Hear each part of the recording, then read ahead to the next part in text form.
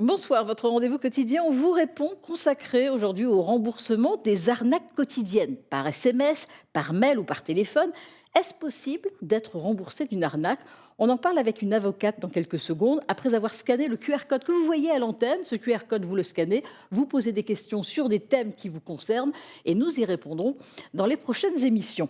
Pour le moment, place à mon invité, Virginie Bonnereau, bonsoir. Bonsoir. Merci d'avoir accepté notre invitation. Vous êtes avocate. Alors c'est vrai qu'on va parler de ces messages d'arnaque par SMS, par mail, par téléphone. On en a malheureusement de plus en plus, pratiquement chaque jour, chez les particuliers, mais aussi chez les entrepreneurs. Oui, bien sûr, de plus en plus chez les entrepreneurs, puisque les escrocs sont bien informés et développent une multitude de techniques. Et c'est très bien fait, c'est très bien fait. Alors des personnes se font avoir. Elles règlent une petite somme, par exemple, sur Internet ou par téléphone, des sommes plus importantes aussi pour certaines personnes. Dans ce cas, peut-on se faire rembourser de ces sommes? Alors, il faut savoir que la banque a l'obligation de vous rembourser. D'une manière générale, c'est un principe qui a été posé, notamment pour justement favoriser l'utilisation de la carte bancaire. Donc au début, il y avait quelques petites arnaques et puis de plus en plus, les escrocs se sont un petit peu mobilisés et se sont diversifiés et ont multiplié le nombre d'escroqueries et de pièges tendus à l'utilisateur de la carte bancaire. Pour des remboursements de 10 euros, de 30 euros, de 40 euros, là c'est possible ou il faut un acharnement pour être remboursé? Ou alors les gens ils laissent tomber carrément parce qu'ils se disent voilà. Alors, à la moindre escroquerie que vous subissez sur votre compte bancaire, il faut le signaler à la banque, c'est une obligation, et vous avez le droit au remboursement intégral et immédiat de la somme dont vous êtes victime. Donc il faut faire une capture d'écran, je suppose, peut-être du versement, et le montrer directement, téléphoner tout de suite quand on s'est rendu compte à notre banque. Alors, capture d'écran, ça peut être nécessaire pour montrer que vous n'avez pas commis une négligence grave, qui est une des conditions que peut vous opposer la banque.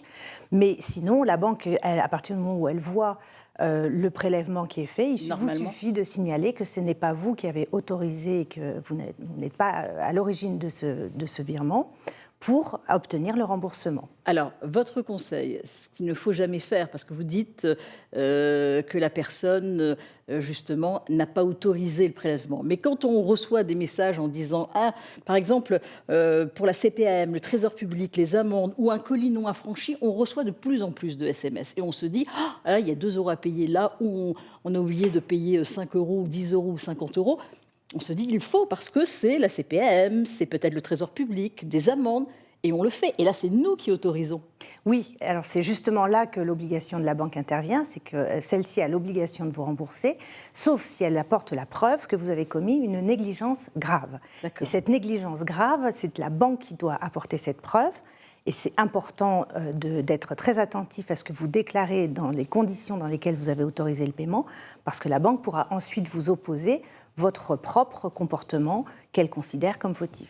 Alors, le conseil d'une avocate, évidemment, aux téléspectateurs qui nous regardent aujourd'hui, il ne faut jamais cliquer sur ces arnaques. Tous ces messages que l'on reçoit, c'est faux. Alors déjà, il faut être attentif. Lorsque vous recevez un email, il faut regarder de qui il provient, il faut regarder l'adresse mail, savoir s'il manque un mot, une lettre.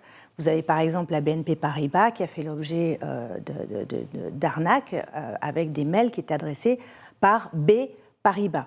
Donc, à partir du moment où l'adresse ne correspond pas strictement, vous êtes en face d'un courriel frauduleux et évidemment, il ne faut pas répondre, il ne faut pas cliquer sur le lien que l'on vous adresse. Alors, comment peut-on remonter jusqu'à ces escrocs? Parce que ce sont souvent des sociétés basées à l'étranger.